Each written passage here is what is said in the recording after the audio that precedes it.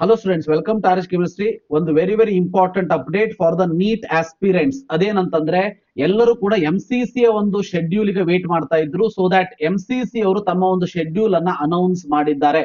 So MCC ಅವರ ಒಂದು schedule ಪ್ರಕಾರ ಸೊ ರಿಜಿಸ್ಟ್ರೇಷನ್ ಮತ್ತೆ ಚಾಯ್ಸ್ ಫಿಲ್ಲಿಂಗ್ ಏನಿದೆ ಅದು 21st ಜುಲೈದಿಂದ 28th ಜುಲೈ ವರೆಗೆ ನಡೀತದೆ.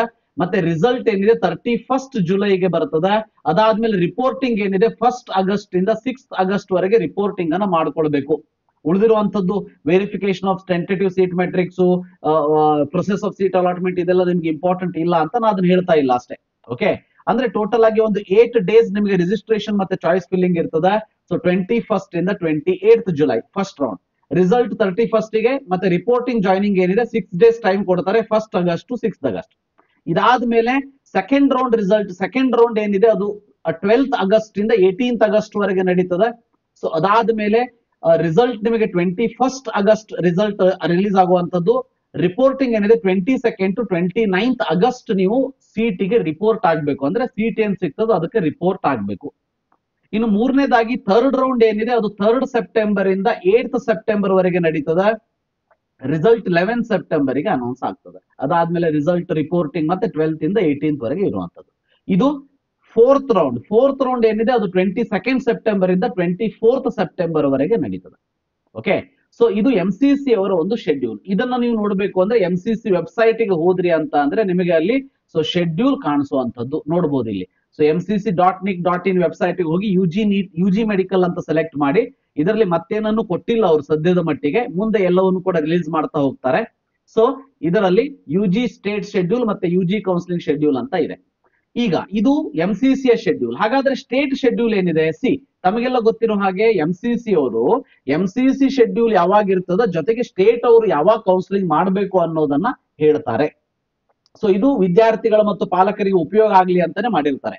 ಈಗ MCC ಯಲ್ಲಿ ಏನು ಶೆಡ್ಯೂಲ್ ಇರ್ತದ ಫಸ್ಟ್ ರೌಂಡ್, ಅದಾದ್ಮೇಲೆ ಅಲ್ಟರ್ನೇಟಿವ್ ಆಗಿ ಸ್ಟೇಟ್ ಫಸ್ಟ್ ರೌಂಡ್ ಆಗ್ಬೇಕು, ಯಾವುದೇ ಸ್ಟೇಟ್ ಕನ್ಸಿಡರ್ ಮಾಡಿ. ಅದಾದ್ಮೇಲೆ MCC ಸೆಕೆಂಡ್ ರೌಂಡ್, ಅದಾದ್ಮೇಲೆ ಸ್ಟೇಟ್ ಸೆಕೆಂಡ್ ರೌಂಡ್, ಈ ರೀತಿಯಾಗಿ ಶೆಡ್ಯೂಲ್ ಇರುವಂತದ್ದು. ಸೊ ಆ ಒಂದು ಕಾರಣಕ್ಕೆ ಎಲ್ಲಾ ಕರ್ನಾಟಕ ಹಿಡ್ಕೊಂಡು KE ಅವ್ರನ್ನ ಹಿಡ್ಕೊಂಡು ಎಲ್ಲಾ ಸ್ಟೇಟಿಗೆ ಒಂದು ಶೆಡ್ಯೂಲ್ ಅನ್ನು ಅವ್ರು ರಿಲೀಸ್ ಮಾಡಿರೋದು ಏನಂತಂದ್ರೆ, so first round of counselling ಏನಿದೆ state schedule 30th July to 6th August ವರೆಗೆ ನಡೆಸಬೇಕು ಅಂತ. ಅಂದ್ರೆ ನಿಮ್ಮ 30th to 6th ಆಗಸ್ಟ್ ವರೆಗೆ ರಿಸಲ್ಟ್ ಅನೌನ್ಸ್ ಆಗ್ಬೇಕು.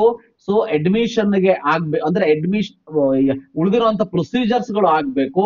ಅಡ್ಮಿಷನ್ ಗೆ 12th ಆಗಸ್ಟ್ ವರೆಗೆ ಟೈಮ್ ಅನ್ನ ಕೊಡಬೇಕು. ಕರೆಕ್ಟ್ ಆಗಿ ನೋಡಿ, ಈಗ 30th to 6th ಆಗಸ್ಟ್ ವರೆಗೆ ಏನ್ ಮಾಡ್ತಾರೆ KE ಅವರು ಅಂತ ಅಂದ್ರೆ, ಸೊ 30th ಅಂದ್ರೆ ನನಗೆ ಅನ್ಸೋ ಪ್ರಕಾರ 25th ಇಂದಾನೆ ನಿಮಗೆ ಆಪ್ಷನ್ ಎಂಟ್ರಿಗೆ ಸ್ಟಾರ್ಟ್ ಮಾಡಿಸ್ಬಿಡ್ತಾರೆ. 25th ಇಂದ ಆಪ್ಷನ್ ಎಂಟ್ರಿ ಸ್ಟಾರ್ಟ್ ಆದ್ರೂ ಕೂಡ ನಿಮಗೆ ಅವ್ರದ್ದೇನು MCC first round result 31st ಜುಲೈಗೆ ಬರ್ತದೆ. ಅದಕ್ಕಿಂತ ಮುಂಚೆ ಅಂತೂ KE ಅವರು ರಿಲೀಸ್ ಮಾಡೋದಿಲ್ಲ. ರಿಸಲ್ಟ್ 31st ಜುಲೈಗೆ ನಿಮಗೆ MCC ಅನೌನ್ಸ್ ಆದ್ರೆ ಸ್ಟೇಟ್ ದವ್ರದ್ದು ಅಂದ್ರೆ ಕರ್ನಾಟಕದವ್ರದ್ದು ಅಷ್ಟೇ ನಾವು ಮಾತಾಡಿದ್ರೆ ಮೇ ಬಿ ಫಸ್ಟ್ ಅಥವಾ ಸೆಕೆಂಡ್ ಆಗಸ್ಟ್ ಗೆ ಸ್ಟೇಟ್ KE ರಿಸಲ್ಟ್ ಅನೌನ್ಸ್ ಮಾಡ್ತದೆ. ಅದಾದ್ಮೇಲೆ 12th ಆಗಸ್ಟ್ ವರೆಗೂ ನಿಮಗೆ ಅಡ್ಮಿಷನ್ ಮಾಡ್ಕೊಳ್ಳೋದಕ್ಕೆ ಟೈಮ್ ಅನ್ನ ಕೊಡುವಂತದ್ದು. ಈ ರೀತಿ ಪ್ರೋಗ್ರಾಮ್ ಇರುವಂತದ್ದು. ಅಂದ್ರೆ ಕರೆಕ್ಟ್ ಆಗಿ ಅರ್ಥ ಮಾಡ್ಕೊಳ್ಳಿ, MCC ಅವರ ಫಸ್ಟ್ ರೌಂಡ್ 31st ಜುಲೈಗೆ ರಿಸಲ್ಟ್ ಅನೌನ್ಸ್ ಆಗ್ಬೇಕಲ್ವಾ. ಅದಕ್ಕಾಗಿ ಏನ್ ಮಾಡ್ತಾರೆ KE ಅವರು ಮೇ ಬಿ 22nd 23rd ಇಂದಾನೆ ನಿಮಗೆಲ್ಲ ಗೊತ್ತೇ ಇದೆ KE ಸಾಫ್ಟ್ವೇರ್ ಅಲ್ಲೆಲ್ಲ ಎರರ್ ಆಗ್ತಾ ಇರೋದಕ್ಕೆ safer side 22nd 23rd ಗೆನೆ KE ಅವರು ಎಲ್ಲಾ ಸೀಟ್ ಮೆಟ್ರಿಕ್ಸ್ ಸಿಕ್ಕರೆ ಸೊ ಆಪ್ಷನ್ ಎಂಟ್ರಿಯನ್ನ ಸ್ಟಾರ್ಟ್ ಮಾಡಬಹುದು. ಸ್ಟಾರ್ಟ್ ಮಾಡಿಬಿಟ್ಟು so 31st ಜುಲೈಗೆ MCC result announce ಮಾಡಿ ನೆಕ್ಸ್ಟ್ ಡೇ ಅಂದ್ರೆ 1st ಆಫ್ ಆಗಸ್ಟ್ ಗೆ KE ಅವರು ರಿಸಲ್ಟ್ ಅನೌನ್ಸ್ ಮಾಡಬಹುದು. ಅದಾದ್ಮೇಲೆ 12th ಆಗಸ್ಟ್ ವರೆಗೆ ನಿಮ್ಗೆ ಅಡ್ಮಿಷನ್ ಗೆ ಟೈಮ್ ಅನ್ನ ಕೊಡಬಹುದು. ಇದೇ ರೀತಿ ಸೆಕೆಂಡ್ ರೌಂಡ್ ಕೂಡ ನಡೀತದೆ. ಈಗ ಸೆಕೆಂಡ್ ರೌಂಡ್ ಏನಾದ್ರು 21st ಆಗಸ್ಟ್ ಗೆ ರಿಸಲ್ಟ್ ಅನೌನ್ಸ್ ಆದ್ರೆ MCC ಅವ್ರದ್ದು, ಸ್ಟೇಟ್ ಅವರಿಗೆ ಏನ್ ಮಾಡಿದ್ದಾರೆ 19th ಇಂದ 29th ಆಗಸ್ಟ್ ವರೆಗೆ ಟೈಮ್ ಕೊಟ್ಟಿದ್ದಾರೆ.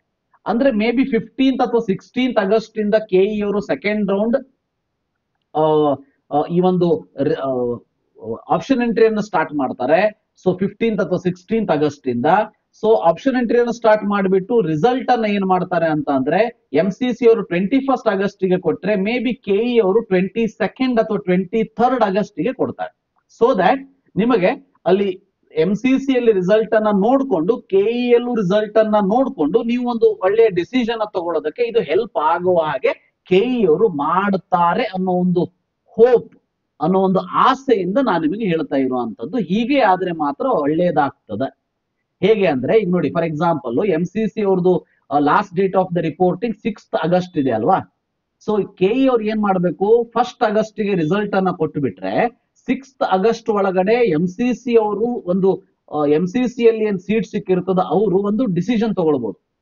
ಸೊ ನನಗೆ ಸೀಟ್ ಇದು ಬೇಕೋ ಬೇಡೋ, ಯಾಕಂದ್ರೆ ಕೆಇ ಅಲ್ಲೂ ರಿಸಲ್ಟ್ ಅನೌನ್ಸ್ ಆಗ್ಬಿಡ್ತದೆ. ಅದನ್ನ ನೋಡ್ಕೊಂಡು which is the better seat ಅಂತ ನೋಡ್ಕೊಂಡು ಅದಕ್ಕೆ ಪಾರ್ಟಿಸಿಪೇಟ್ ಮಾಡೋದಕ್ಕೆ ಈಸಿ ಆಗ್ತದೆ. ಆ ಟೈಪ್ ಕೆಇ ಅವರು ಒಂದು ಶೆಡ್ಯೂಲ್ ಅನ್ನ ರಿಲೀಸ್ ಮಾಡಿದ್ರೆ ಎಲ್ಲರಿಗೂ ಕೂಡ ಒಂದು ಒಳ್ಳೆಯದಾಗ್ತದ ಅಂತ ಹೇಳೋದಕ್ಕೆ ಇಷ್ಟಪಡ್ತೀನಿ. ಅದೇ ರೀತಿ ಯಾವಾಗ ಕೆಟ್ಟದಾಗ್ತದ ಆದ್ರೆ ವಿದ್ಯಾರ್ಥಿಗಳಿಗೆ ಉಪಯೋಗ ಆಗೋದಿಲ್ಲ. ನೋಡಿ, ಈಗ MCC ಅವರು 6th ಆಗಸ್ಟ್ ಲಾಸ್ಟ್ ಡೇಟ್ ಕೊಟ್ಟಿದಾರಲ್ವಾ, ಇದೇ ಶೆಡ್ಯೂಲ್ ಇರ್ತದಂತ ಅನ್ಕೊಳ್ಳಂತೆ. MCC ಅವರು 6th ಆಗಸ್ಟ್ ಕೊಟ್ಟಿದ್ದಾರೆ. ಸೊ ಕೆಇ ಅವ್ರು ಏನ್ ಮಾಡ್ಬೋದು, ಏನ್ ಮಾಡಿದ್ರೆ ಒಳ್ಳೇದಾಗೋದಿಲ್ಲ. ಈಗ ಕೆಇ ಅವ್ರು ಏನಾದ್ರು 6th ಆಗಸ್ಟ್ಗೆ ರಿಸಲ್ಟ್ ಅನೌನ್ಸ್ ಮಾಡ್ಬಿಟ್ರೆ ನಮಗೇನು ಉಪಯೋಗನೇ ಇಲ್ಲ. ಅದಕ್ಕೆ ನಾನು ಹೇಳ್ತಾ ಇರೋದು, MCC ಯ ರಿಸಲ್ಟ್ 31st ಜುಲೈಗೆ ಬಂದ್ರೆ ಕೆಇ ಅವರ ರಿಸಲ್ಟ್ 1st ಆಗಸ್ಟ್ಗೆ ಬರಬೇಕು. ಹಂಗಾದ್ರೆ MCC ಯಲ್ಲಿ last date of admission 6th August ಒಳಗಡೆ ಕೆಇ ಯಲ್ಲಿ ನಮಗೊಂದು ಡಿಸಿಷನ್ ತಗೊಳ್ಳೋದಕ್ಕೆ ಹೆಲ್ಪ್ ಆಗುತ್ತೆ. ರೈಟ್. ಸೊ ಆ ರೀತಿಯಾಗಿ ಕೆಇ ಅವರು ಲಾಸ್ಟ್ ಇಯರ್ ಕೂಡ ಮಾಡಿದ್ದಾರೆ ತಮ್ಮ ಒಂದು ಲಿಮಿಟ್ಸ್ ಒಳಗಡೆ. ಸೊ ಈ ವರ್ಷನೂ ಅದೇ ರೀತಿ ಮಾಡಬಹುದು, ಮಾಡ್ಲಿ ಅಂತ ಹೇಳೋದಕ್ಕೆ ಇಷ್ಟಪಡ್ತಾ ಈ ಒಂದು ವಿಡಿಯೋವನ್ನು ಇಲ್ಲೇ ಮುಗಿಸೋಣಂತೆ. Thank you. Have a nice day.